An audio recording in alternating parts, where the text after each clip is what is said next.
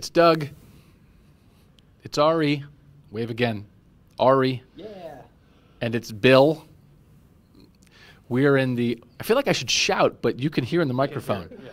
We are in the Bigs section of the Woody Hayes Athletic Center, and this hallway is, there's some equipment rooms here, there's a training room here, and this is all going to be torn down. There's also snacks at the end. There's of a the hallway. fuel station that the NCAA, when they allowed teams to buy snacks, there's like a lot of it's like little cereal, like and like little bags of stuff. It's like basically a hotel's continental breakfast that's here every day, all day. It makes you want to be a Division I athlete, doesn't it? I want to play women's tennis. But they're tearing this down. This is going to be torn down when they redo a whole new student-athlete center that's going to be attached for the other sports to the football building, which is just on the other side of the camera. We wrote about that a couple weeks ago. We'll attach the story so you can read about that. But now we're being outrageous. We're talking about Ohio State, and I can't remember who they play because nobody has said the name of their opponent practically this week.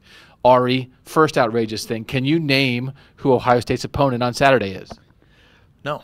Okay, so what is your outrageous prediction for the Buckeyes against whatever team they're playing? Are you going to tell them why we're so far away? Why? Why are we far away? I don't know. Is there a reason? There's no reason, is there? Be weird. Just to be weird, right? Yeah. Would you ask me what my outrageous prediction is? My outrageous prediction is that Braxton Miller will score a touchdown. Wow. And now context. Yes. Last week, I would say we probably go about 15% accuracy over the course of his season on our outrageous predictions.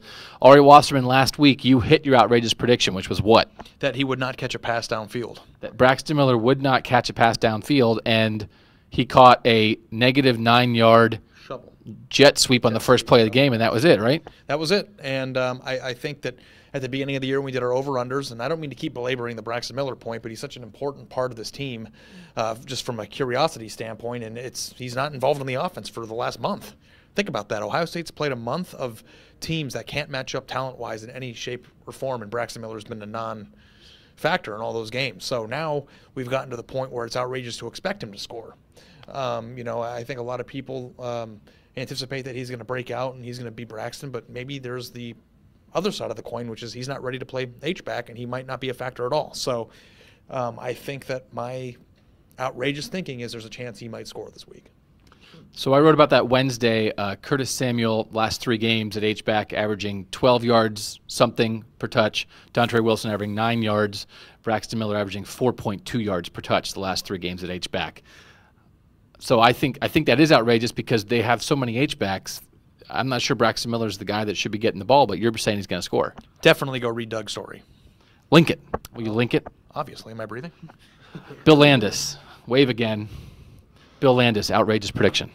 My outrageous prediction, and this might be, I was going to say 2, but I'm going to say Cardale Jones will throw 3 touchdown passes of 40 yards or more. Is that too much? No, I like it. Because they took like 6 deep shots 2 games ago and didn't hit them.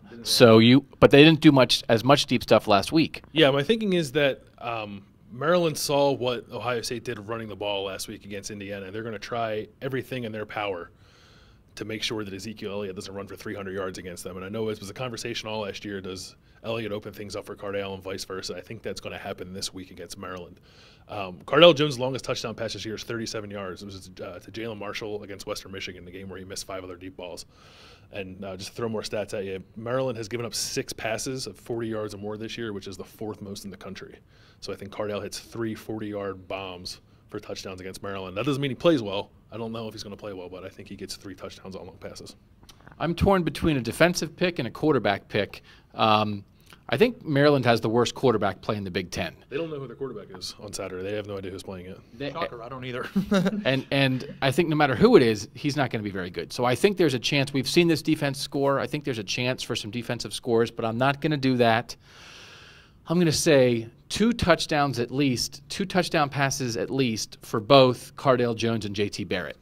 And the reason I'm going to say that is not that it's a quarterback controversy, but I think this is a time for Ohio State to blow somebody out.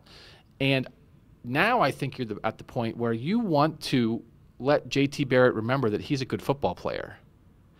And I think this might be your last chance to do that for a little bit. I don't know that. Are you going to get to do that against Penn State? Are you going to get to do that on the road at Rutgers? I don't know. I think this is a chance where maybe Cardale Jones plays well for 3 quarters. You put JT Barrett in the last quarter and let him get some confidence back, because I think he's a lost guy in this a little bit now at the moment, because what has happened is he got those chances in the second and third week, didn't do much with it, and now we're on to Cardale, which I think is good for the team. Make a pick. But if something now not playing, if something health-wise happens to Cardale Jones, you're going to need JT Barrett. And he hasn't done much. And so let him remind himself that he can play. This is the time to do it. At least 2 for Cardale, at least 2 for JT Barrett. So you're going to predict a lot of points then in your prediction? I'm going to predict 28 points, 4 touchdown passes. No. I think people have an idea how we might be leading on this game for our game picks on Friday. So anyway, we're in a long hallway. Want to walk closer? You guys walk. I'm going to stay here. All right, so thanks to everyone for joining us for the outrageous predictions. As always, here at cleveland.com, stories, videos. Check out our bad podcast that we put up on Tuesday. For Ari Wasserman on the left, well, that's my left. I guess it's your right, viewers. For Ari on the right, Bill on the left, I'm Doug Maurice for cleveland.com.